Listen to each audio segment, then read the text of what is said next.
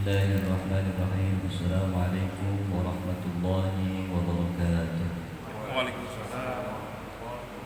Alhamdulillahi rabbil alamin. Wa bihi nasta'inu ala umuri dunya waddin. Nasta'inuhu wa nastaghfiruh.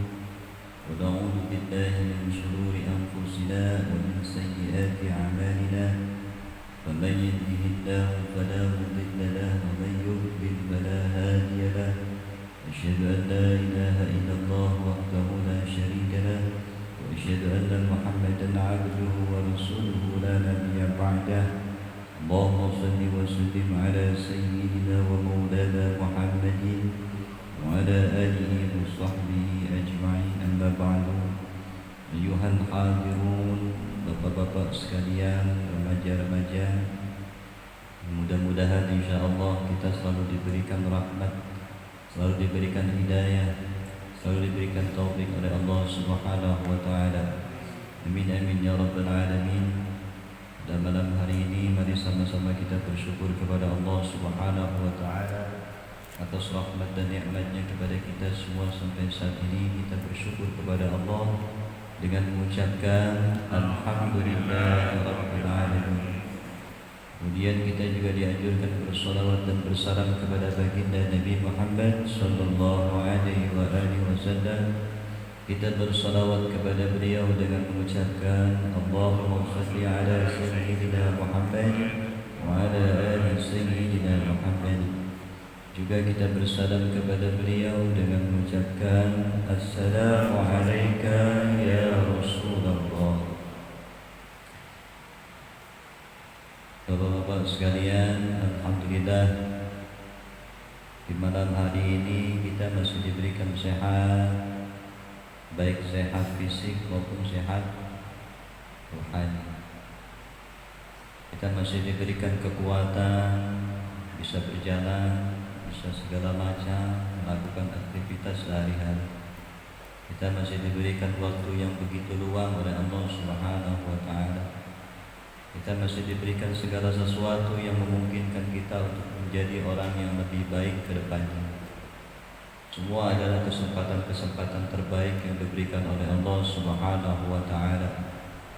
Kalau semakin hari kita semakin tidak baik, maka sungguh kita termasuk orang-orang yang rugi di hadapan Allah, rugi di dunia, juga rugi nanti kelak di akhirat.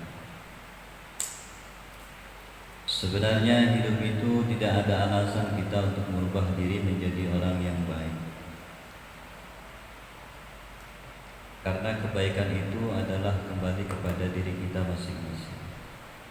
Kita butuh dengan sebuah kebaikan, maka lakukanlah oleh diri kita kebaikan-kebaikan itu. Ketika kita seringkali melakukan sebuah kebaikan, maka Allah turunkan pula kebaikan-kebaikan ke dalam diri kita. Andai kita tidak pernah berbuat kebaikan, bagaimana Allah turunkan kebaikan kepada kita dan keluarga kita? Tak perlu lagi kita melihat siapa kita.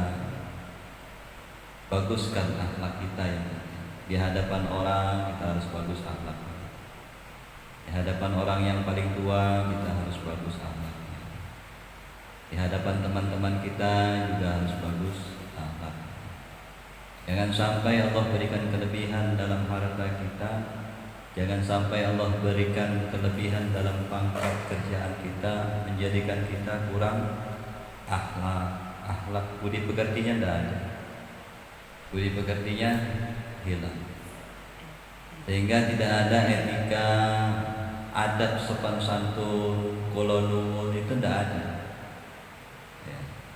Makanya wajar kalau orang yang nggak pernah kolonul, nggak ada etika, main bablas saja, mesti perilakunya akan tidak disukai oleh orang lain. Kadang kita terlalu mengagungkan siapa diri kita. Merasa pintar, sudah S3 sampai S4 sampai S00. Jadi ya akhirnya sombong. Orang itu semakin tinggi pendidikannya mesti semakin sombong. Semakin banyak diberikan harta oleh Allah mesti semakin sombong. Ketika ia tidak berdekat-dekat diri kepada Allah Subhanahu wa Ta'ala. Tapi ada lagi manusia yang paling bodoh, yaitu orang yang mengikuti kesombongan orang.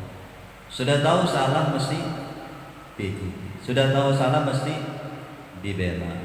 Itu hal yang sangat lucu. Ya. Ada orang lulusan tinggi S4 misalkan. Ada orang datang bicara yang gak puguh lagu, lulusannya cuma lulusan SD. Kemudian yang S4 terpengaruh sama orang yang bicaranya, sama orang yang lulusan cuma SD. Kira-kira yang pinter yang SD apa yang S4? Yang pinter mesti yang SD. Karena yang S4 ikut sama yang ucapannya orang yang SD. Banyak sekarang ini terjadi orang yang pendidikannya tinggi tapi mudah terpengaruh oleh orang-orang yang di bawahnya. Pendidikannya nggak seberapa tapi bisa mempengaruhi orang-orang yang pendidikannya tinggi. Berarti yang pintar adalah yang pendidikannya rendah. Semua itu kan sebabnya adalah kita terlalu rakus tamak kepada urusan dunia. Sebab dunia kita jadi malas untuk dekat kepada Allah. Sebab dunia kita jadi sombong, meremehkan orang. Sebab dunia kita jadi hilang akal sehat. Sebab urusan dunia kita jadi menghilangkan budi pekerti. Kan banyak ya sekitar kita. Nggak usah kita ambil contoh jauh-jauh di luar sana. Di hadapan kita banyak. Termasuk kita sendiri kan seperti itu. Nah maka jadikanlah itu sebuah pelajaran bagi diri kita. Mungkin kita tidak termasuk apa-apa, tapi mungkin pada waktu kita berkata-kata tidak pas posisinya, tidak tepat tempat, sehingga menimbulkan sesuatu yang tidak kita inginkan. Makanya ada satu karunia yang Allah berikan. Karunia itu karunia yang sangat mulia dan agung bagi manusia. Yang 9 itu 10 bagian. Yang 9 itu kita menjaga lisan. Itu yang 9 menjaga lisan sehingga timbul sebuah kemuliaan. Sedangkan yang ke-10 adalah muslah. Muslah itu menyendiri, menjauhi diri dari manusia. Jadi kalau mau mulia ya udah banyak diam, kecuali jualan. Kalau jualan harus banyak ngomong ya, tapi jangan bohong. Makanya Rasulullah Shallallahu Alaihi Wasallam dalam suatu hadis diriwayatkan oleh Imam Ad-Dailami, Bismillahirrahmanirrahim. Rabbana zidna ilman warzuqna fahman waj'alna minas shalihin. Allahumma anfa'na bima 'allamtana wa 'allimna alladhi yanfa'una warzuqna ilman walhamdulillahi ala kulli hal. Subhanaka la 'ilma lana illa ma 'allamtana innaka antal 'alimul hakim. Allahumma iftah lana bi futuhil 'arifin. Allahumma iftah lana bi futuhil 'arifin. Allahumma iftah lana hikmataka ya fattahu ya 'alim. Allahumma yassir 'alaina rahmataka ya dzal jalali wal ikram. Qala al-musannif wa nafa'ana bihi wa bi'ulumihi wa bi asrarihi fid dharain amin. Wa rawa, dan telah meriwayatkan sapa Ad-Dailami, Imam Ad-Dailami, annahu sesungguhnya Kanjeng Nabi sallallahu alaihi wasallam qala, telah bersabda. Siapa? Kanjeng Nabi Muhammad sallallahu alaihi wasallam. Tarkut dunia, adapun meninggalkan urusan dunia, amarru itu lebih pahit minas sabri, dari pohon-pohon atau perasan buah-buahan yang sangat pahit. Jadi meninggalkan dunia itu enggak mudah. Sebagaimana kita memakan atau meminum perasan air yang begitu pahitnya tidak akan pernah hilang. Makanya tidak sedikit orang yang bisa meninggalkan urusan dunia. Kebanyakan kita serius dalam mengurusi urusan dunia sehingga terbengkalai urusan akhirat. Jadi kebalikannya seperti itu. Kalau kita rajin dalam urusan dunia, mesti urusan akhiratnya terbengkalai. Sibuk kerja dari pagi sampai dari jam 7 sampai dengan sore jam 5. Habis pulang sore jam 5, istirahat sebentar, mandi, sholat maghrib, sholatnya paling 10 menit, kemudian selesai, makan segala macam, kenyang, capek, ngantuk, tidur. Habis tidur bangun lagi pagi, berangkat lagi ke kantor. Ya, karena disibukkan dunia, akhirnya dia melalaikan akhirat. Jadi 1 kali 24 jam banyak mementingkan atau menyibukkan diri dengan urusan dunia, tapi sedikit mengurusi urusan akhirat. Makanya wajar sedikit orang yang bisa meninggalkan urusan dunia, karena rasanya itu sepahit cairan atau perasan dari pohon-pohonan atau buah-buahan yang begitu pahit. Rasanya tidak akan bisa hidup. Wa asyaddu, dan lebih pedih, min hatmis suyufi, dari tebasan pedang. Ya. Kalau kita perang berhadapan-hadapan, terus kita kesabet pedang, misalkan kesabet pedang, gimana rasanya? Kan perih ya. Kalau kita keseset pisau aja, luar biasa pedihnya. Begitulah sakitnya orang tertebas oleh tebasan pedang. Fi sabilillah, ketika kita berjalan di jalan Allah, berperang di jalan Allah. Jadi nggak gampang tinggal dunia itu. Sama lebih pedih daripada peperangan, lebih pedih, lebih pahit daripada memakan buah yang sangat pahit. Kong perang aja kita tidak bisa ya. Kalau misalkan perang kita bisa. Susahnya minta ampun kalau perang.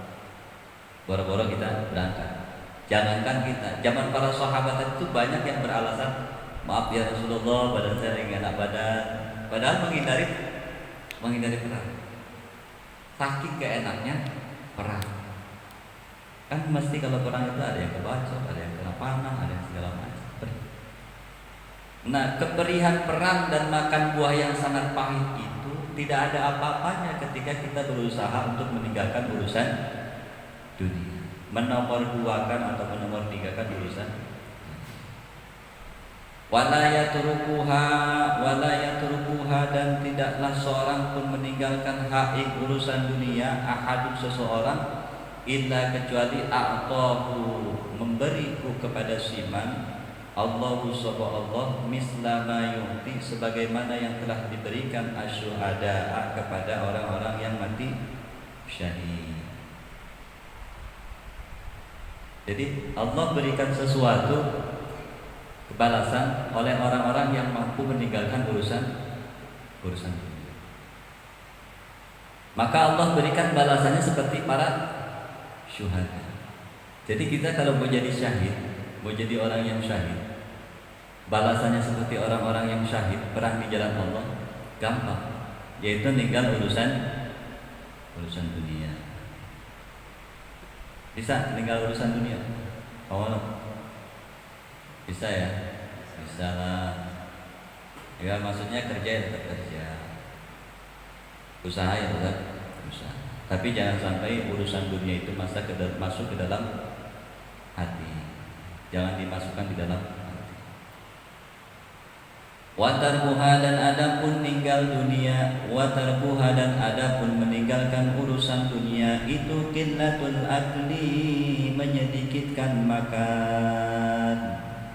Yang pertama, orang yang mampu meninggalkan urusan dunia itu harus mampu menyedikitkan makan. Makannya jangan banyak-banyak.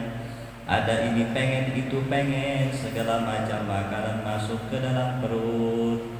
Kalau sudah kenyang timbul penyakit manusia. Kalau sudah makan mesti ngantuk. Habis ngantuk tidur bablas, nggak ingat pengajian.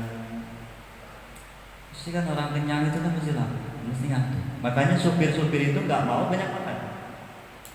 Kemarin saya ngobrol sama supir itu, Pak, nggak makan. Saya nggak bisa makan kalau nyupir. Kenapa? Karena kalau habis makan ngantuknya luar biasa. Tanya yang sering-sering supir-supir jauh.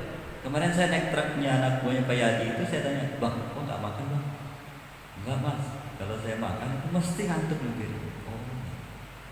Soalnya saya pernah dulu begitu.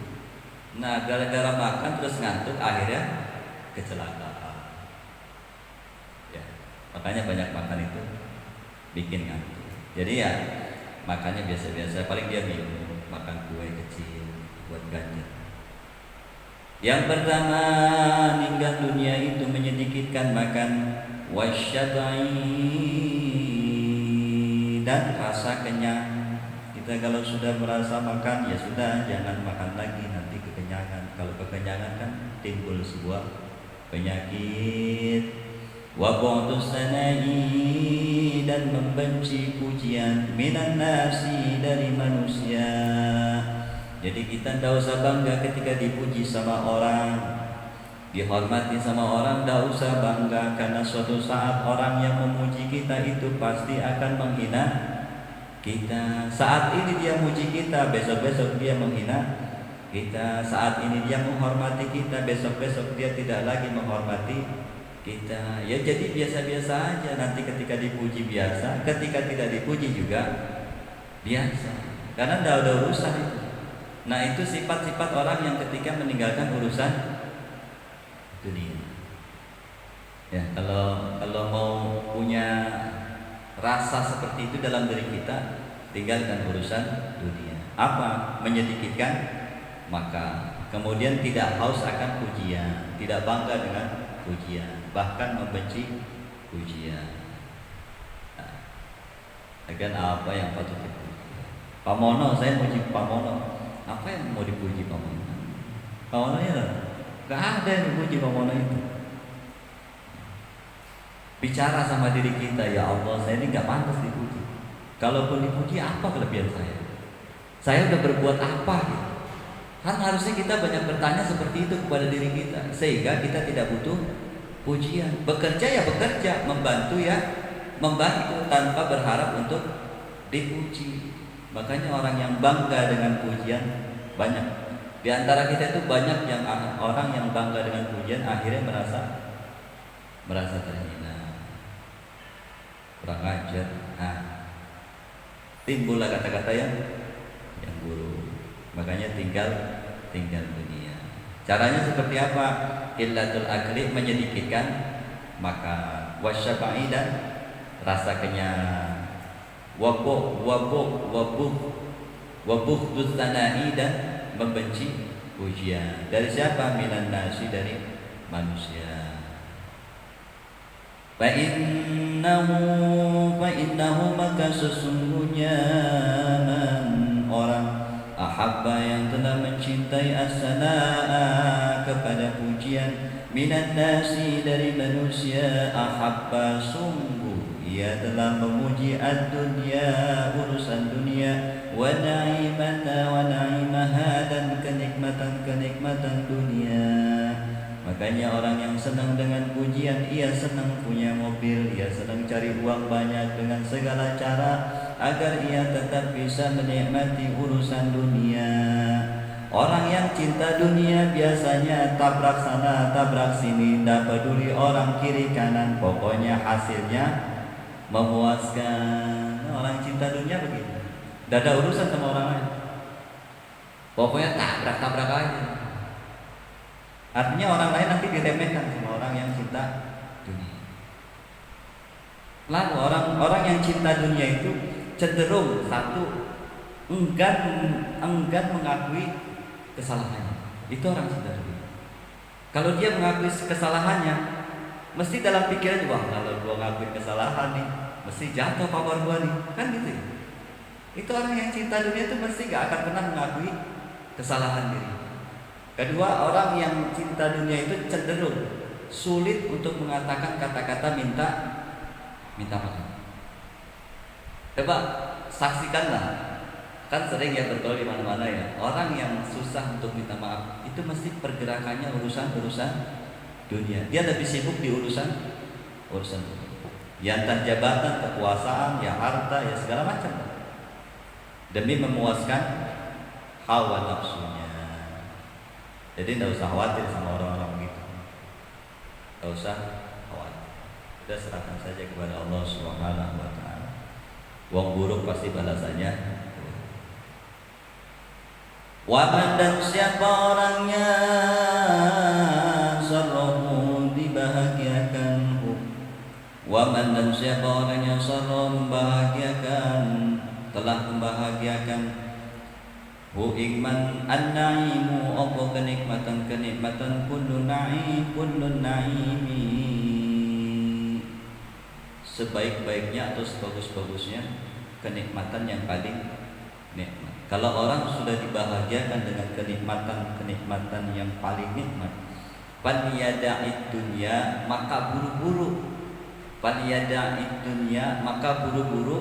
menjauhi kenikmatan itu. Kita sudah merasa nikmat misalkan dengan sesuatu yang sifatnya melenakan kita, maka buru-buru itu jauhi. Kan kita kadang nggak sadar ya. Misalkan kita dimudahin urusan dunianya, akhirnya kan kita terlena, merasa kenikmatan dengan urusan dunia yang begitu mudah, begitu lancar, begitu enaknya kita mendapatkannya, sehingga kita terlena. Nah, ketika kita sadar itu kita terlena, buru-buru jauh, ya, jauh. Minta perlindungan kepada Allah Subhanahu wa taala. Ya Allah, jangan sampai saya terlena dengan lancarnya usaha saya, dengan mudahnya jalan saya, dengan enaknya saya mendapatkan sesuatu. Minta perlindungan sama Allah. Jangan sampai kita terlena.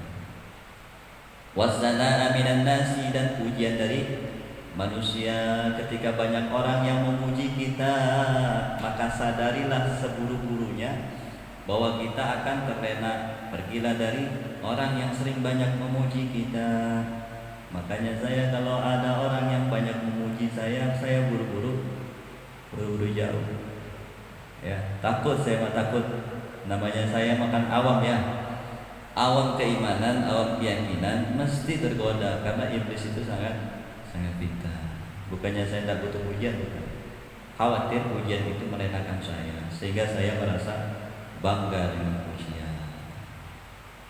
Ya, nah, anak-anak muda pokoknya udah kerja bantuin, udah nggak usah diharap, wah kamu rajin ya, nggak usah, nggak penting itu, ya, nggak penting. Besok dia bilang kamu rajin, besok kita nggak datang, dasar pemalas, kan keki nggak? Iya, kesel kan? Kemarin dipuji enak, ketika dibilang malas, kita pasti marah, kesel. Warawa, dan telah meriwayatkan sahih Ibnu Majah nahu, sungguhnya kanjeng Nabi sallallahu alaihi wasallam qala, telah bersabda sapa kanjeng Nabi Muhammad sallallahu alaihi wasallam, man saqalanya kanat, ada siapa man niyatuhu niyateman al-akhirata ing akhirat, jama'a maka mengumpulkan Allah syamlahu pada persatuannya, waja'ala, dan menjadikan Allah ginahu ing urusan kecukupan iman, fi qalbihi, di dalam hatinya, wa atas dunya, dan mendatangkan Allahu iman ad-dunya, dunia raghimatan, hale tunduk. Orang yang punya niatnya karena Allah, karena urusan akhirat, itu Allah mengumpulkan isi dunia, kemudian menjadikan kecukupan di dalam hatinya seseorang. Kemudian Allah datangkan dunia dengan ketundukan. Jadi dunia datang kepada kita dengan menunduk. Syaratnya apa? Mendahulukan urusan akhirat. Niatkan semua itu karena Allah. Karena dunia itu datang dengan sendirinya, dengan menundukkan diri. Pejabat datang kepada kita, ya tentukan dirinya. Karena kita selalu mendahulukan urusan karena Allah.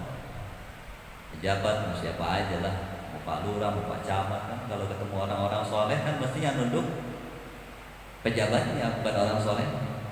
Kan pejabat bagian daripada dunia, dia punya jabatan, dia termasuk bagian dari dunia. Kemudian datang kepada seorang yang soleh, mesti pejabat itu menundukkan diri. Ya. Siapa yang mengatur itu? Allah Subhanahu wa taala. Makanya niatkan segala sesuatu karena Allah SWT. Urusan akhirat ya sudahlah, kita niatkan karena Allah Taala. Insya Allah kumpulkan semua. Allah kumpulkan semua urusan dunia, kemudian Allah jadikan sebuah kecukupan di dalam hati kita. Jadi hati merasa cukup, walaupun tidak punya apa-apa ya hatinya merasa cukup. Tidak merasa gusar, tidak merasa galau, tidak merasa nggak punya. Mesti merasa cukup. Tapi kalau orang yang punya niatnya karena urusan dunia, dapat 10 juta, 20 juta pun tidak akan pernah syukur. Iya, malah orang yang cinta, orang yang berbuat sesuatu karena urusan dunia, mesti datang ke orang yang lebih tinggi, dia menunduk-nunduk untuk mendapatkan sesuatu. Kalau saya suruh nunduk-nunduk di itu, berat rasanya ya. Mau dia pejabat kan, mau orang kaya. Jangan sampai kita menghormati orang karena jabatannya dan kekayaannya, tapi hormati orang karena kesolehannya. Itu baru benar. Ya, jangan kita menghormati orang karena kekayaan. Nanti orang miskin gak kita hormati. Tapi kalau kita menghormati orang karena kesolehannya, dia kaya, dia miskin, tetap kita menghormatinya. Itu mesti. Karena yang kita hormati bukan apa yang dia miliki, tapi kesolehannya dia di hadapan Allah Subhanahu wa taala. Waman, dan siapa orang yang kanat ada siapa orang itu niatuhu niat teman ad-dunya karena urusan dunia, farraqa maka memisahkan Allah alaihi ing atas eman.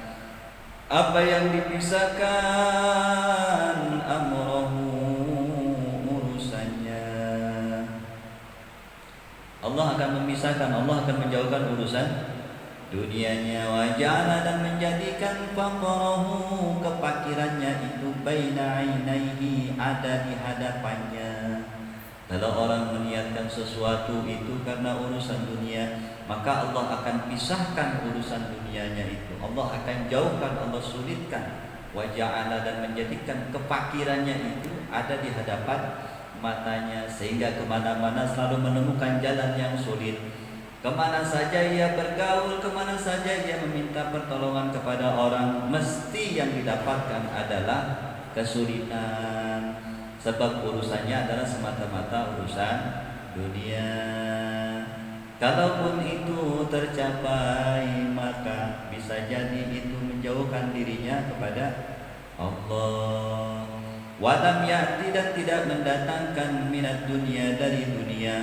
Dunia tidak akan datang kepada kita, karena orang juga tahu kalau kita ini serakah akan urusan dunia, maka orang akan memilih orang yang tidak serakah. Kalau serakah kan lama-lama orang tahu, dia mau serakah, udah nggak usah kasih dia lah. Ya, itu kan Allah menutup jalannya. Jalan urusan dunianya Allah tutup.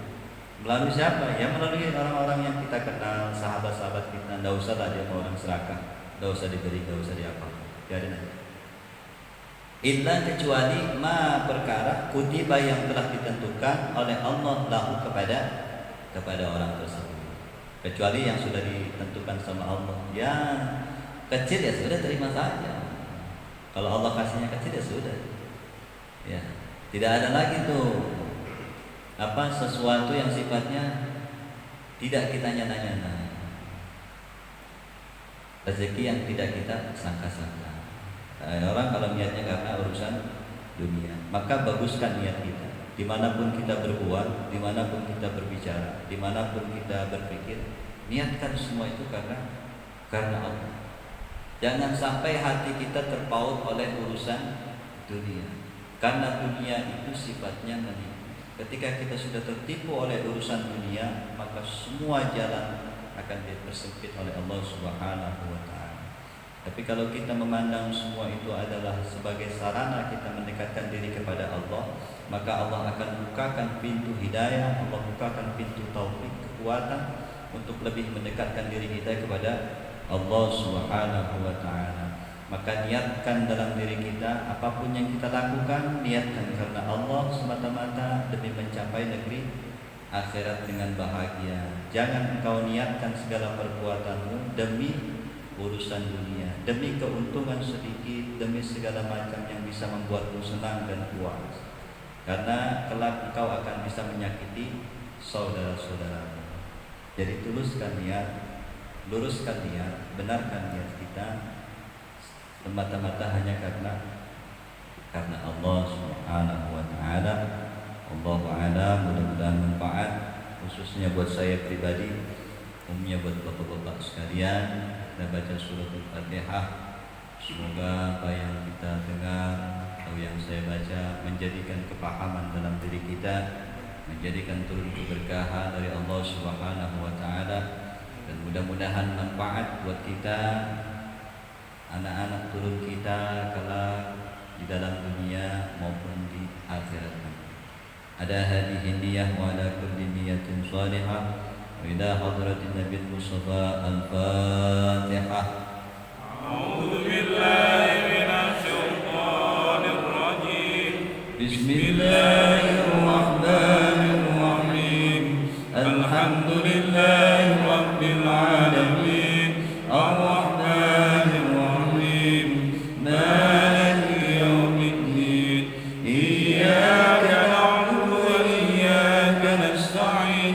Ihdinas siratal mustaqim. Siratal ladzina an'amta 'alaihim ghairil maghdubi 'alaihim waladdallin. Bahwa yang bawa HP harap disadar semua tidak mengganggu jalan kita. Assalamu alayka ya Rasulullah. Assalamu alayka ya Habiballah. Assalamu alayka ayyuhan nabiy wa rahmatullahi wa barakatuh. Assalamu alayna wa ala ibadillahi as-salihin. Astaghfirullahal azim. Astaghfirullahal azim. Astaghfirullahal azim. Alladzi la ilaha illa huwal hayyul qayyum. Wa atubu ilayhi min jami'il ma'asi wal dhunub. Asyhadu an la ilaha illallah wa asyhadu anna Muhammadan rasulullah. Asyhadu an la ilaha illallah wa asyhadu anna Muhammadan rasulullah. Asyhadu an la ilaha illallah wa asyhadu anna Muhammadan rasulullah. Inna Allaha wa malaikatahu yusalluna 'alan nabi ya ayyuhalladzina amanu sallu 'alaihi wa sallimu taslima.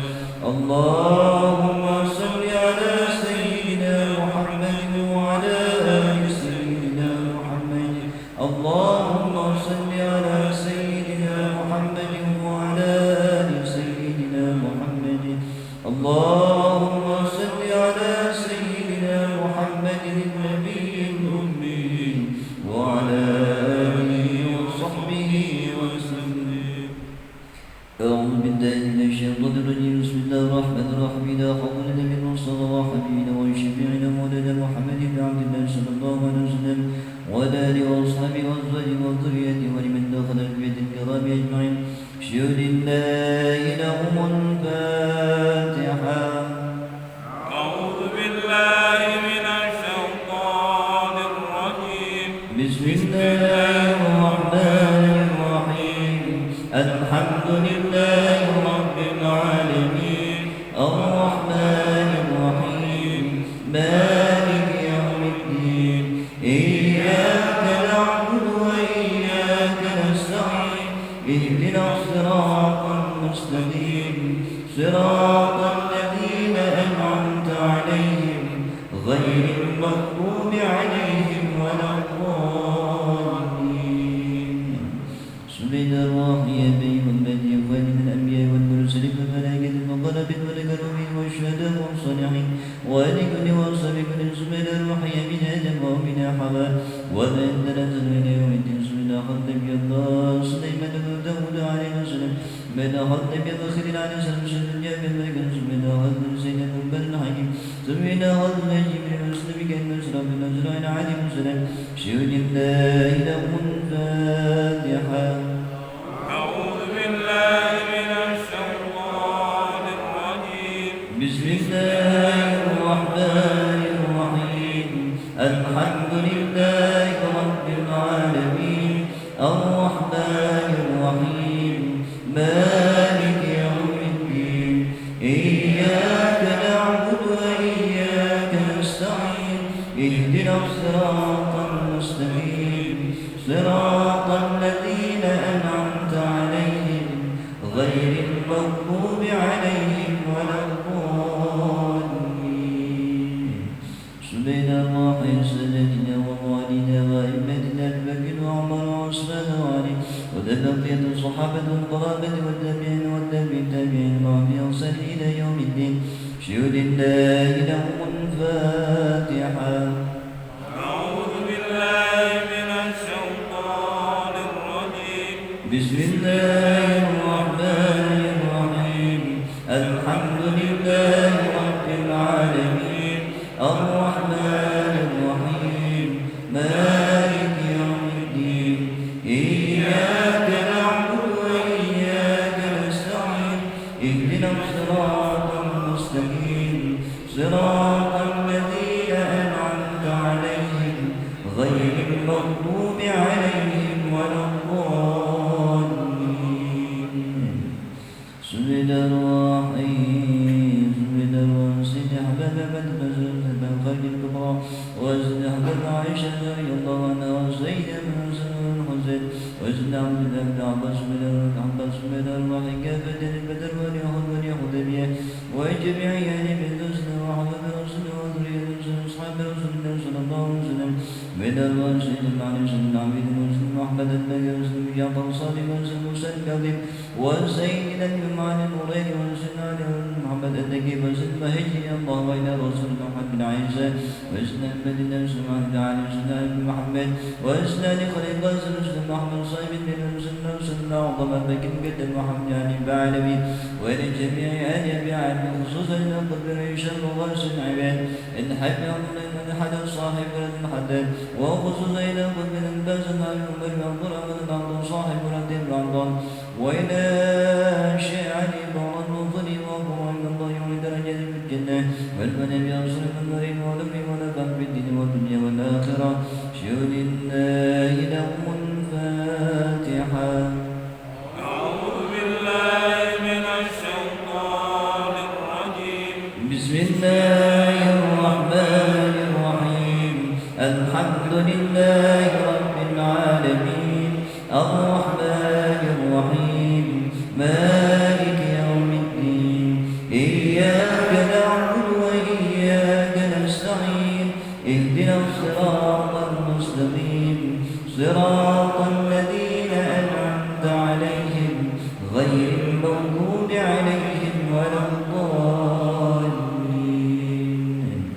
سبحان الرحيم المجدين بالدين العلماء العاملين والقرآن المخلص والتفسير والمحدث وسائر السنة الصوفية المحاضرين. سبحان الرحيم ولي ولية ومسلم من شرك الأرض والغائب. سبحان الرحيم أهل السلسلة القادرية ونقصبتية وجميع أهل الطرق خصوصا إلى قلب العالمين وغاص العظم السيد الشيخ عبد القادر الجيلاني بالبغدادي قدس الله سره والشيخ القاسم الذي البغدادي وسيس المعروف الكرخي وسيس الزغاتي وسيس حبيب العجمي وسيس حسن البصري وسيس جعفر صادق وسيس الهمداني وسيس أبي يرشد البصامي وسيس بهاء بن النقصبندي وحضر الإمام البدي وسيخ المكرم كيجي عبد الله ضرب بن محمد السكر الجبريل وسيخ المكرم كيجي عبد صيد الفتى بن علي بن كيجي عبد الله ضرب رضي الله عنهم وصليب وإبراهيم ولسلسلة والآخذين عنهم.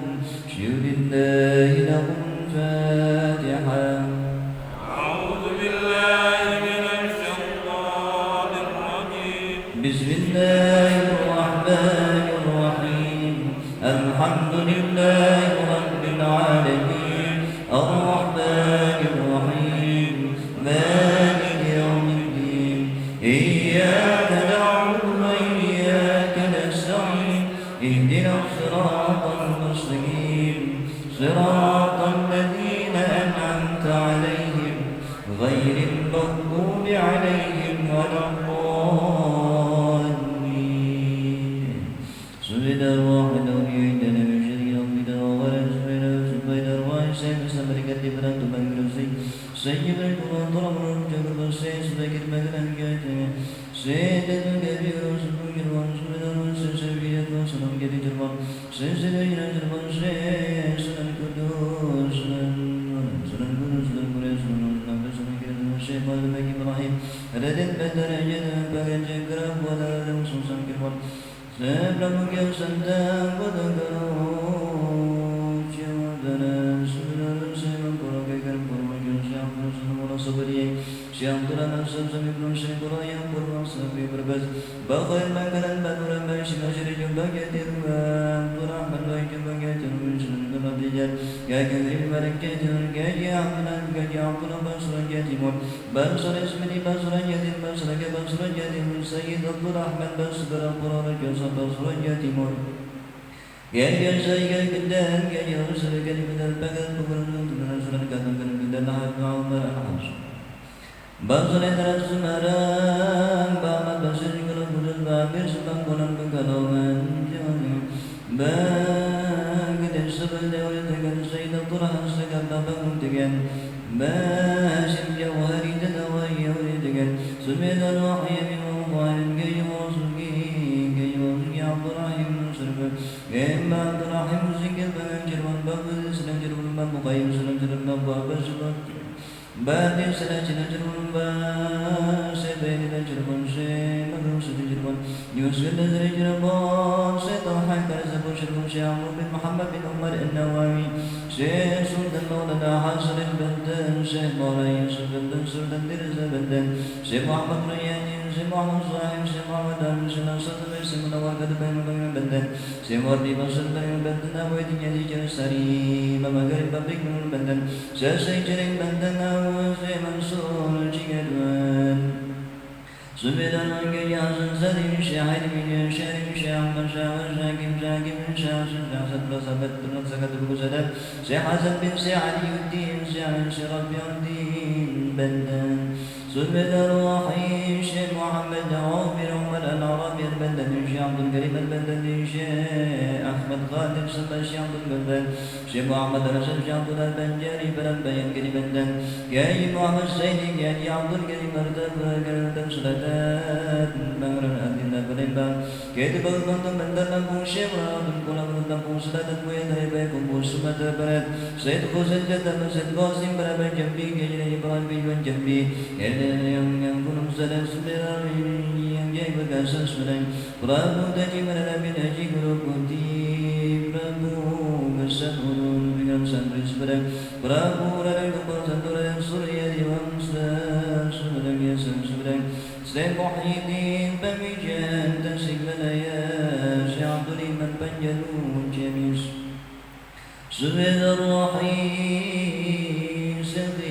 عبد الرحمن سيد البرجة صديق هاجي شريك عبد الجنة بين بندن هيك يا شريك عبد الباب بندن ركز صديق يا مرسول يا عبد الله بكر بندن صديق يا عبد الكريم يا جوي نصري بربز صديق هاجي من سرق بدون أدر شرب صديق محمد بن بن جاي مرسول نصري بربز صديق يا مرسول بابا جناري من تسيب ولا رضي الله عنه سبحان الله كجوان من كجوان كجوان من كجوان كسودر كجوان تبرد من كسودر يا يسرق نجيم دري بلا الدنيا محمد صاحب اليوم وكسودر يا عالم كم نجا كسودر فقر جكر تجديد كركم كجي مرسوك يا كرسا سمرا ورا بس بانا سمر الله مرسولي كرر بيت سبحان الله سري بربس باوس بن أحمد بن جبر بكر رسول بكر الأنكبي يا pulang sering berbes Pangeran Kebang Cirebon Sebentong Kerawang Sesenseng Murok Keraman Subhanallah Senjam حبيب حسن أبوك الهدوس والبدن حبيب حسن يحيى بك الترى سرب من القدر بيكسون حبيب القدر ربك كسر يوسف يقصن صنع حبيب عبد الله كنت كلمة حبيب علي بن عبد الرحمن الحبسي جيني حبيب عبد الرحمن بن عبد الله الحبسي كويتان يا بيان الحبيب يا الحبيب جكرت برك يا الحبيب جكرت برك يا جي محمد منصور المنصور جكرت برك يا عبد النبي مرضي كرجان كمبني البدن صدق ربك وسجك ترزق البدن شيكاني أو يزمك بكسر كسبتم كنم كنشناشر سبحان الرحيم بكر ينصر بيا بصر ينصر بيا سنتكم ودمكم نصر بيا سمع سنتكم نصر بيا سنت كسام بكرم وبين جادك بابا بمن واضرب ضربا إلى الله يريد درجاتك في الجنة والبنى بأصرف الضريب وضفي ونبه في الدنيا والدنيا والآخرة سيد الله له الفاتحة. أعوذ بالله من الشيطان الرجيم. بسم الله الرحمن الرحيم. الحمد لله رب العالمين الرحمن الرحيم مالك يوم الدين إياك نعبد وإياك نستعين اهدنا الصراط المستقيم صراط الذين أنعمت عليهم غير المغضوب عليهم ولا الضالين. سبحان الله بينه وبين وجه بيده وسمسنا وقدنا قدرنا قربنا قربنا بأزواجنا ولنا وأساتذتنا ومعلمنا وجميع المسلمين والمسلمات والمؤمنين والمؤمنات الأحياء منهم والمشركين والدين وغاربها ومن يمين الأشمال ينصص الأرواح في هذا المكان وعلى من الأنصار الذين تولوا كل خصوصا في هذا المكان وخصوصات إلى أرواح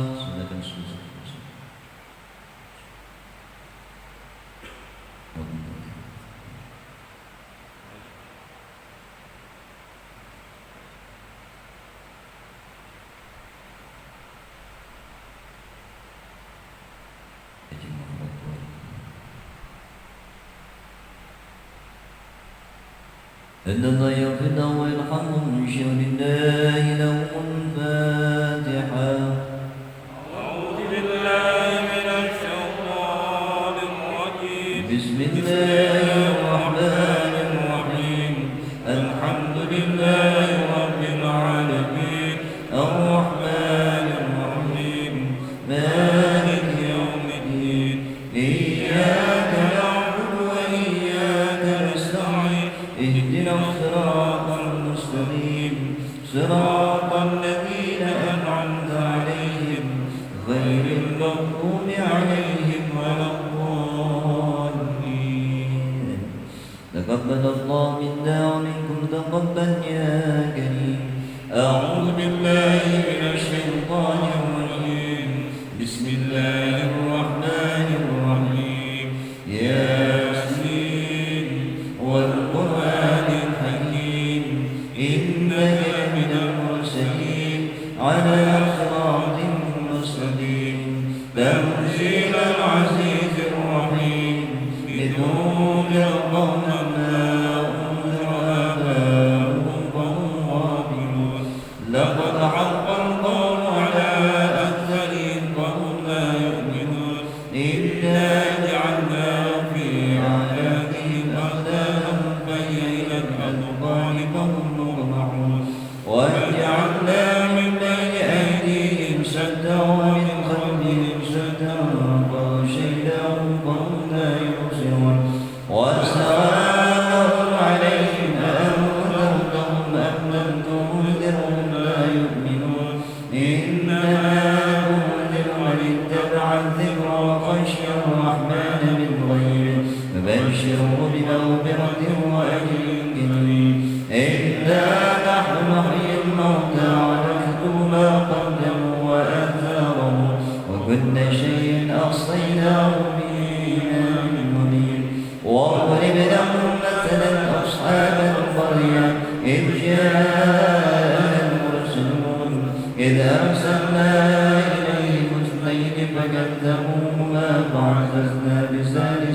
قالوا إنا إليكم مرسلون قالوا ما أنتم إلا بشر مثلنا وما أنزل الرحمن من شيء إن أنتم إلا تكذبون قالوا ربنا يعلم إنا إليكم لمرسلون وما علينا إلا البلاغ المبين قالوا إنا تطيرنا بكم لئن لم تنتهوا لنرجمنكم وليمسنكم منا عذاب أليم قالوا طائركم معكم أئن ذكرتم بل أنتم قوم مسرفون وجاء من أقصى المدينة رجل يسعى قال يا قوم اتبعوا المرسلين اتبعوا من لا يسألكم أجرا وهم مهتدون وما لي لا أعبد الذي فطرني وإليه ترجعون أأتخذ من دونه آلهة إن يردني الرحمن بضر لا تغن عني شفاعتهم شيئا ولا ينقذون إني إذا لفي ضلال مبين إني آمنت بربكم فاسمعون قيل ادخل الجنة قال يا ليت قومي يعلمون بما غفرني ربي وجعلني من المكرمين وما أرسلنا على قومه من بعده من جند من السماء وما كنا مرسلين إن كانت إلا صيحة واحدة فإذا هم خامدون يا حسرة على العباد ما يأتيهم من رسول إلا كانوا به يستهزئون ألم يروا كم أهلكنا قبلهم من القرون أنهم إليهم لا يرجعون وإن كل لما جميع لدينا محضرون وآية لهم الأرض الميتة وأحييناها وأخرجنا منها حبا فمنه يأكلون وجعلنا فيها جنات من نخيل وأعناب وفجرنا فيها من العيون ليأكلوا من ثمره وما عملت أيديهم أفلا يشكرون سبحان الذي خلق الأزواج كلها مما تنبت الأرض ومن أنفسهم ومما لا يعلمون وآية لهم الليل نسلخ منه النهار فإذا هم مظلمون والشمس تجري لمستقر لها ذلك تقدير العزيز العليم والقمر قدرناه منازل حتى عاد كالعرجون القديم لا الشمس ينبغي لها أن تدرك القمر ولا الليل سابق النهار وكل في فلك يسبحون وآية لهم أنا حملنا ذريتهم في الفلك المشحون وخلقنا لهم من مثله ما يركبون وإن نشأ نغرقهم فلا صريخ لهم ولا هم ينقذون إلا رحمة منا ومتاعا إلى حين وإذا قيل لهم اتقوا ما بين أيديكم وما خلفكم لعلكم ترحمون وما تأتيهم من آية من آيات ربهم إلا كانوا عنها معرضين وإذا قيل لهم أنفقوا مما رزقكم الله قال الذين كفروا للذين آمنوا أنطعم من لو يشاء الله أطعمه إن أنتم إلا في ضلال مبين ويقولون متى هذا الوعد إن كنتم صادقين ما ينظرون إلا صيحة واحدة تأخذهم وهم يخصمون فلا يستطيعون توصية ولا إلى أهلهم يرجعون ونفخ في الصور فإذا هم من الأجداث إلى ربهم ينسلون قالوا يا ويلنا من بعثنا من مرقدنا هذا ما وعد الرحمن وصدق المرسلون إن كانت إلا صيحة جميع لدينا محضرون فاليوم لا تظلم نفس شيئا ولا تجزون إلا ما كنتم تعملون إن أصحاب الجنة اليوم في شغل فاكهون هم وأزواجهم في ظلال على الأرائك متكئون لهم فيها فاكهة ولهم ما يدعون سلام قولا من رب رحيم وامتازوا اليوم أيها المجرمون ألم أعهد إليكم يا بني آدم ألا تعبدوا الشيطان إنه لكم عدو مبين وأن اعبدوني هذا صراط مستقيم ولقد أضل منكم جبلا كثيرا أفلم تكونوا تعقلون هذه جهنم التي كنتم توعدون اصلوها اليوم بما كنتم تكفرون اليوم نختم على أفواههم وتكلمنا أيديهم وتشهد أرجلهم بما كانوا يكسبون ولو نشاء لطمسنا على أعينهم فاستبقوا الصراط فأنى يبصرون ولو نشاء لمسخناهم على مكانتهم فما استطاعوا مضيا ولا يرجعون ومن نعمره نكسه بالخلق أفلا يعقلون وما علمناه الشعر وما ينبغي له إن هو إلا ذكر وقرآن مبين لينذر من كان حيا ويحق القول على الكافرين أولم يروا أنا خلقنا لهم مما عملت أيدينا أنعاما فهم لها مالكون وذللنا لهم فمنها ركوبهم ومنها يأكلون ولهم فيها منافع ومشارب أفلا يشكرون واتخذوا من دون الله آلهة لعلهم ينصرون لا يستطيعون نصرهم وهم لهم جند محضرون فلا يحزنك قولهم إلا نعلم ما يسرون وما يعلنون أولم يرى الإنسان أنا خلقناه من نطفة فإذا هو خصيم مبين وضرب لنا مثلا ونسي خلقه قال من يحيي العظام وهي رميم قل يحييها الذي أنشأها أول مرة وهو بكل خلق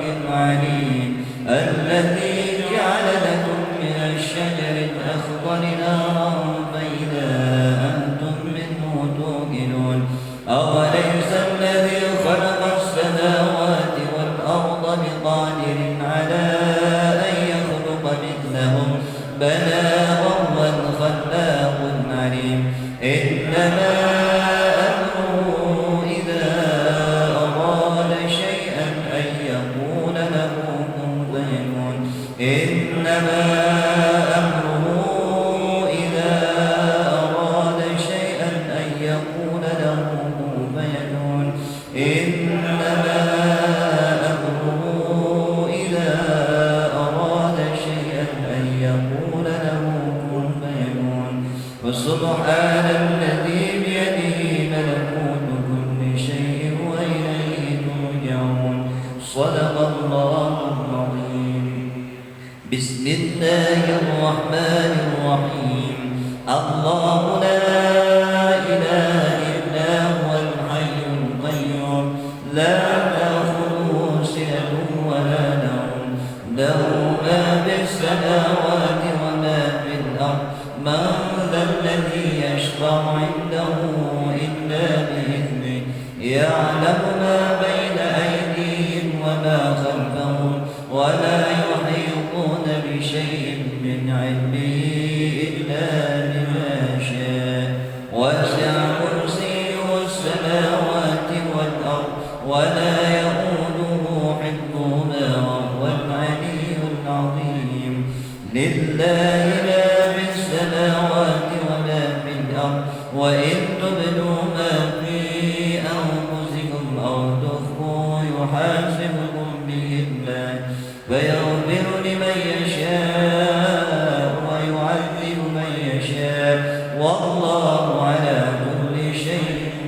كبير آمن الرسول بما أنزل إليه من ربه والمؤمنون كل آمن بالله وملائكته وكتبه ورسله لا نفرق بين أحد من رسله وقالوا سمعنا وأطعنا غفرانك ربنا وإليك المصير لا يكلف الله نفسا إلا وسعها لها ما كسبت وعليها ما اكتسبت ربنا لا تؤاخذنا إن نسينا أو أخطأنا ربنا ولا تحمل علينا إصرا كما حملته على الذين من قبلنا ربنا ولا تحملنا ما لا طاقة لنا به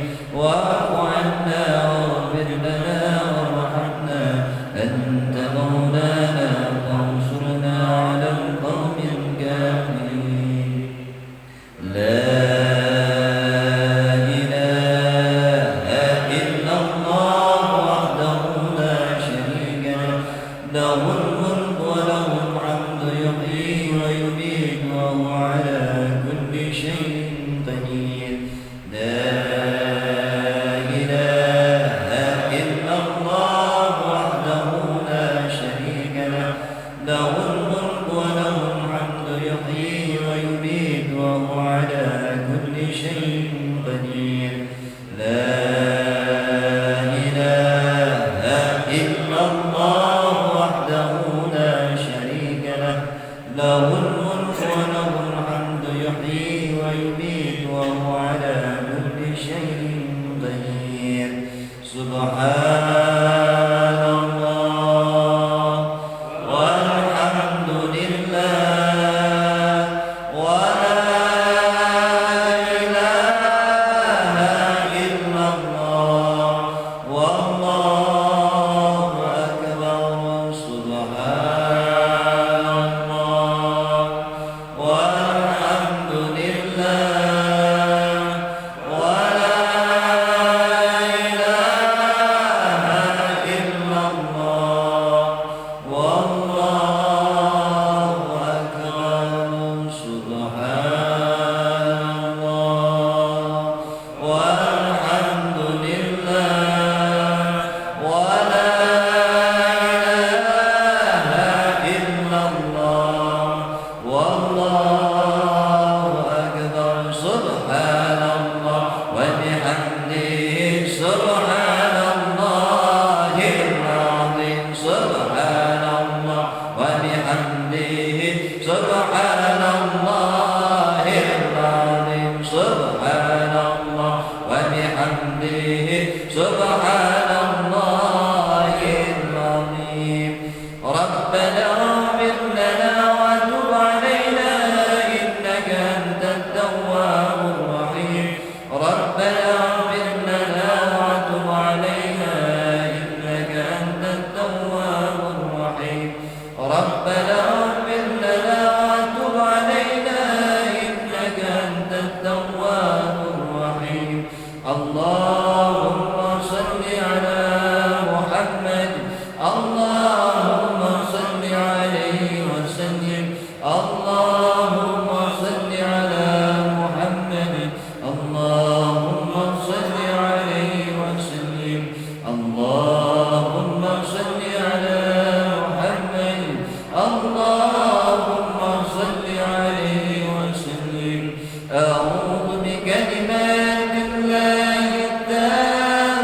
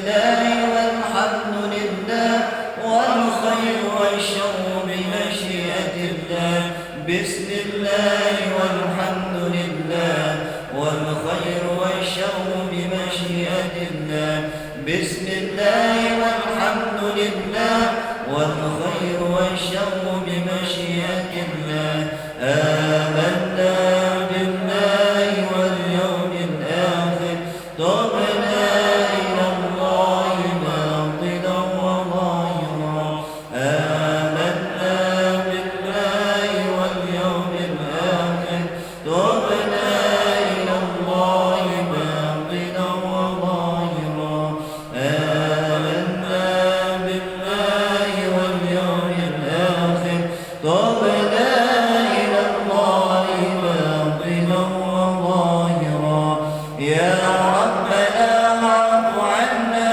وامحو الذي كان منا يا ربنا واعف عنا وامحو الذي كان منا يا ربنا واعف عنا وامحو الذي كان منا يا ذا الجلال والإكرام أمتنا على دين الإسلام يا ذا الجلال والإكرام أمتنا على دين الإسلام يا ذا الجلال والإكرام أمتنا على دين الإسلام يا قوي يا متين اكفي شر الظالمين يا قوي يا متين اكفي شر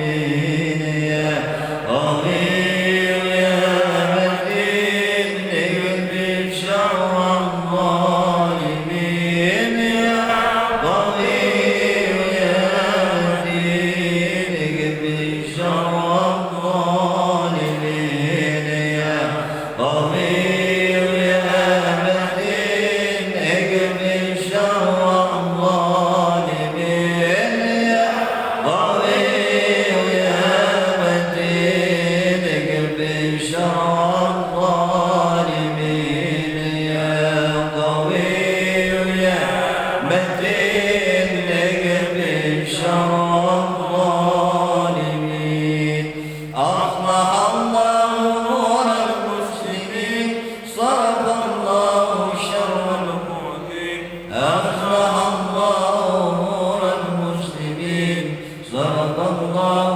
شر المعدين أصلح الله أمور المسلمين صرف الله شر المعدين يا علي يا كبير يا عليم يا قدير يا سميع يا بصير يا لطيف يا خبير يا علي يا كبير يا عليم يا قدير يا سميع يا بصير يا لطيف يا خبير يا علي يا كبير يا عليم يا قدير يا سميع يا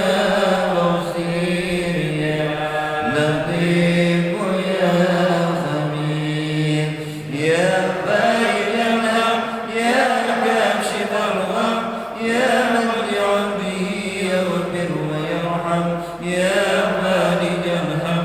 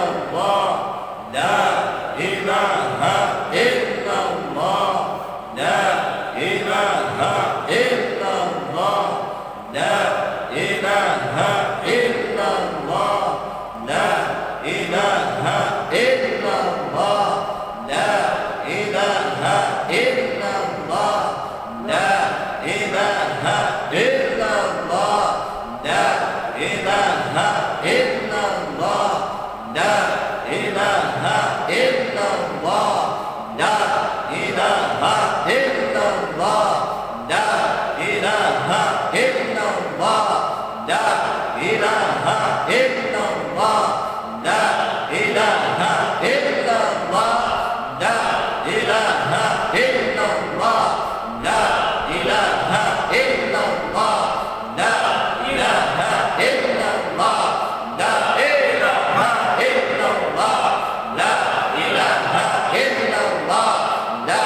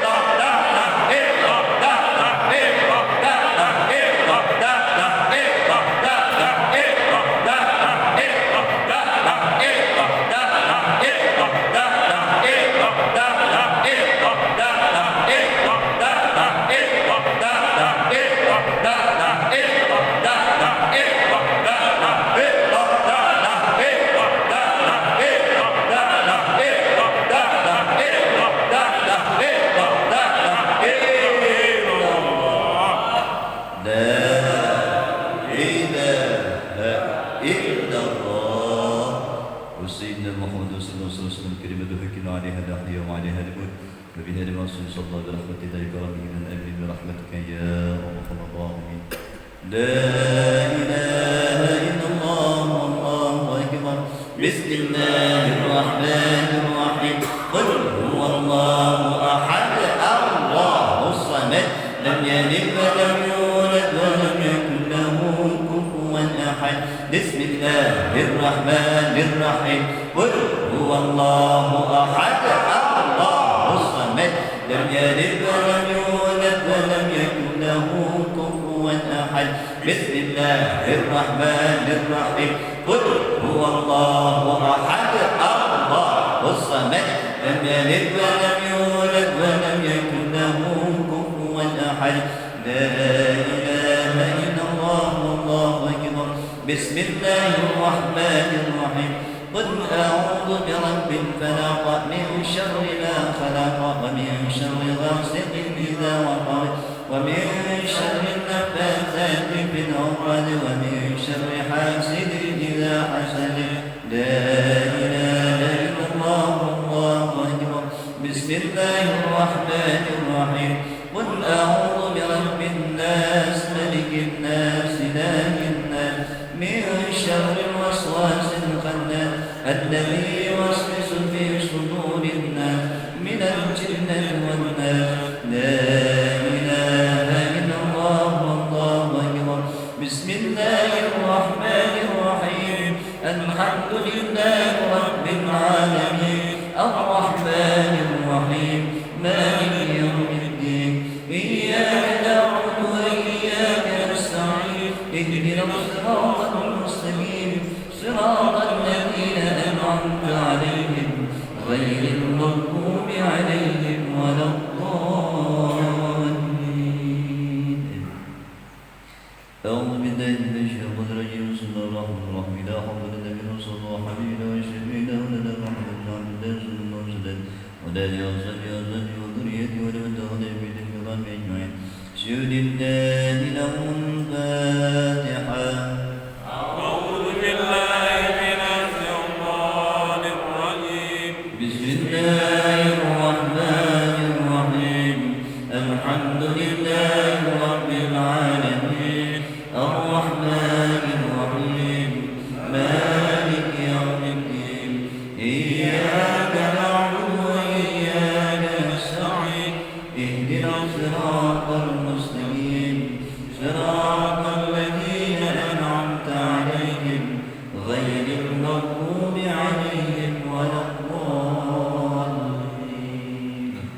سمد الله لو جئتنا بشريك كل موالك ومسجد وسجد وسجد الشيء والقدر وسجد الشيء العظيم لكن بدل عليك على ولا كبير شر وجل حديث صحيح. سجد الله فسد المعبد والقرآن والقرصة وسجد الشيء الله القدر والقرآن الله يريد الجنة الجنة من النبي صلى الله عليه وسلم ولبن في الدين والدنيا والآخرة. سجد الله لهم الفاتحة. أعوذ بالله من الشيطان الرجيم. بسم الله الرحمن الرحيم. الحمد لله رب العالمين الرحمن الرحيم مالك يوم الدين إياك نعبد وإياك نستعين اهدنا الصراط المستقيم صراط الذين أنعمت عليهم غير المغضوب عليهم ولا الضالين. اللهم إنا نسألك رضاك والجنة ونعوذ بك من سخطك والنار. اللهم إنا نسألك رضاك والجنة ونعوذ بك من سخطك والنار. اللهم إنا نسألك رضاك والجنة ونعوذ بك من سخطك والنار. أعوذ بالله من الشيطان الرجيم. بسم الله الرحمن الرحيم. اللهم صل على سيدنا محمد في الأولين والآخرين وبارك وسلم رضي الله تبارك وتعالى عن كل صحابة رسول الله أجمعين. آمين آمين يا رب العالمين. الحمد لله رب العالمين حمدا ناعما حمدا شاكرا حمدا يوافي نعمه ويكافي مزيده. يا رب لك الحمد كما ينبغي لجلال وجهك الكريم وعظيم سلطانك. اللهم صل على سيدنا محمد وعلى آل سيدنا محمد صلاة تنجنا بها من جميع الأعمال والآفات وتقضي لنا بها جميع الحاجات وتطهرنا بها من جميع السيئات وترفعنا بها إنك على الدرجة وتبلغنا بها أقصى الغايات من جميع الخيرات في الحياة وبعد الممات إنك سميع قريب مجيب الدعوات. ويا قاضي الحاجات ويا دافع البليات ويا شافي الأمراض ويا أرحم الراحمين. اللهم اغفر لنا ذنوبنا ولوالدينا وارحمهم كما ربونا صغارا ولأزواجنا وأولادنا وأساتذتنا ومعلمنا وجميع المسلمين والمسلمات والمؤمنين والمؤمنات الأحياء منهم والأموات من مشارق الأرض إلى مغاربها ومن يمينها إلى شمالها خصوصا في هذا المكان وعلى عباد الله الصالحين من الجنة والناس خصوصا إلى أرواح المذكور والمذكورة. اللهم اغفر لهم وارحمهم وعافهم واعف عنهم. اللهم اجعل قبرهم روضة من رياض الجنان ولا تجعل قبرهم حفرة من حفر النيران. ارفع لهم الدرجة يا الله وكفر عنهم السيئات يا رحمن وادخلهم الجنة مع الأبرار يا عزيز يا غفار يا أرحم الراحمين. ربنا هب لنا من أزواجنا وذريتنا قرة أعين واجعلنا للمتقين إماما. ربنا آتنا من لدنك رحمة وهيئ لنا من أمرنا رشدا. ربنا افتح بيننا وبين قومنا بالحق وأنت خير الفاتحين. اللهم إنا نسألك الهدى والتقى والعفاف والغنى. اللهم إنا نسألك حسن الخاتمة ونعوذ بك من سوء الخاتمة. ربنا ظلمنا أنفسنا وإن لم تغفر لنا وترحمنا لنكونن من الخاسرين. لا إله إلا أنت سبحانك إني كنت من الظالمين. ولا حول ولا قوة إلا بالله العلي العظيم. حسبنا الله ونعم الوكيل. حسبنا الله ونعم الوكيل. حسبنا الله ونعم الوكيل. نعم المولى ونعم النصير. ولا حول ولا قوة إلا بالله العلي العظيم. اللهم أرنا الحق حقا وارزقنا اتباعه وأرنا الباطل باطلا وارزقنا اجتنابه. اللهم إنا نسألك من خير ما سألك منه نبيك محمد صلى الله عليه وسلم ونعوذ بك من شر ما استعاذك منه نبيك محمد صلى الله عليه وسلم.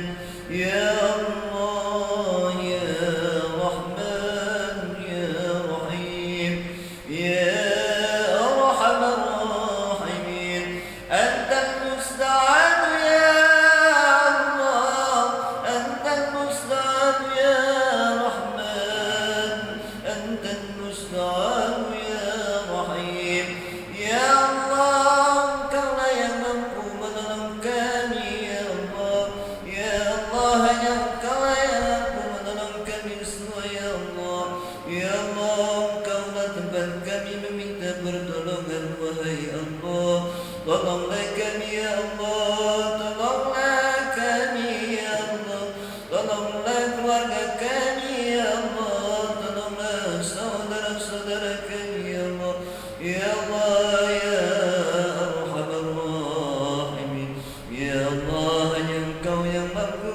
kami semua ya Allah.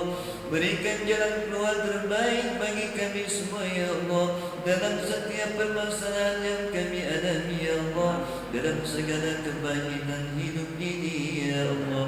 Ya Allah, berikan kami kekuatan lahir dan batin ya Allah. Ya Allah, berikan kami kekuatan lahir dan batin ya Allah. Ya Allah, dalam menjalani hidup ini ya Allah. Ya Allah, dekatkan kami kepada Engkau ya Allah. Dekatkan hati kami kepadamu ya Allah. وعليك البلاغ ولا حول ولا قوة إلا بالله العلي العظيم.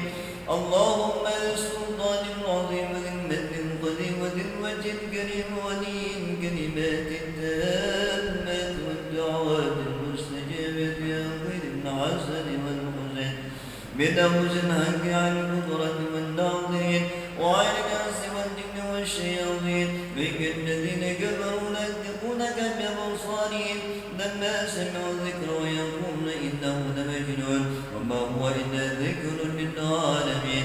ومستجاب لقمان الحكيم وورث سليمان بن داود عليهما السلام. يا ودود يا ودود يا ودود يا الله.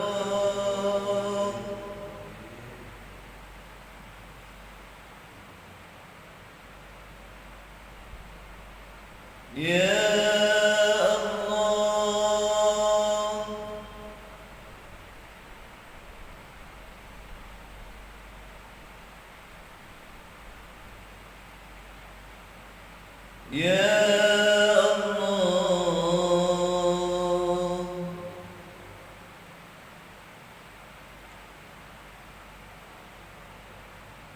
يا ذا العرش المجيد يا فعال لما يريد ضوء عمرنا يا الله. فجعلنا البركة نور كامي يا الله. فجعلنا البركة نور يسير لنا كامي يا الله. فجعلنا البركة نور صدر kami ya Allah. Jadikan umur panjang kami, umur yang penuh manfaat dunia dan akhirat. Ya Rahman ya Rahim. Wasahyan sadana, sihatkanlah jasmani kami ya Allah. Sihatkanlah jasmani istri dan anak-anak kami ya Allah. Sihatkanlah jasmani orang tua kami yang masih hidup, saudara-saudara kami, tetangga-tetangga kami ya Allah. Ya Allah, hanya Engkau yang maha menyembuhkan segala penyakit. Ya Allah, lindungilah kami dan keluarga kami dari segala wabah yang terjadi saat ini ya Allah. Ya Allah, kuatkanlah hati kami dalam menghadapi keadaan yang saat ini terjadi ya Allah. Ya Allah, jadikan hati kami hati yang penuh dengan kesabaran dan rasa syukur kepadamu. Waqdi hajatana, kabulkanlah hajat kami, kabulkanlah hajat istri dan anak-anak kami. Ya Allah, luruskan segala cita-cita anak-anak kami ya Allah. Ya Allah, mudahkan belajar anak-anak kami ya Allah. Ya Allah, lindungilah anak kami di mana saja berada ya Allah. Selamatkanlah anak kami di mana saja berada ya Allah. Dekatkan anak cucu kami kelak bersama orang-orang yang saleh, orang-orang yang bisa mendekatkan dirinya kepadamu ya Allah. Ya Allah, tuntun anak cucu kami kelak ya Allah, dikala kami sudah tiada ya Allah. Ya Allah, jadikanlah anak-anak kami anak-anak yang salih salihah ya Allah, yang selalu mendoakan kedua orang tuanya, yang selalu mendoakan guru-gurunya ya Allah, manfaat dunia dan akhirat. وحبب الناس أجمعين وتبع لنا دعوة الله كلها من بني آدم عليه السلام من كان حيا ويحق القول على الكافرين وقل جاء الحق وزهق الباطل إن الباطل كان زهوقا وننزل من القرآن ما هو شفاء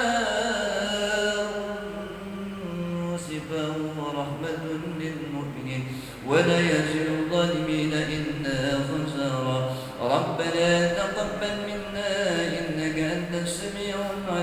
وتب علينا إنك أنت التواب الرحيم. ربنا آتنا في الدنيا حسنة وفي الآخرة حسنة وقنا عذاب النار. وصلى الله على سيدنا محمد النبي الأمي وعلى آله وصحبه وسلم. سبحانك ربك رب العزة عما يصفون وسلام على المرسلين والحمد لله رب العالمين. الفاتحة.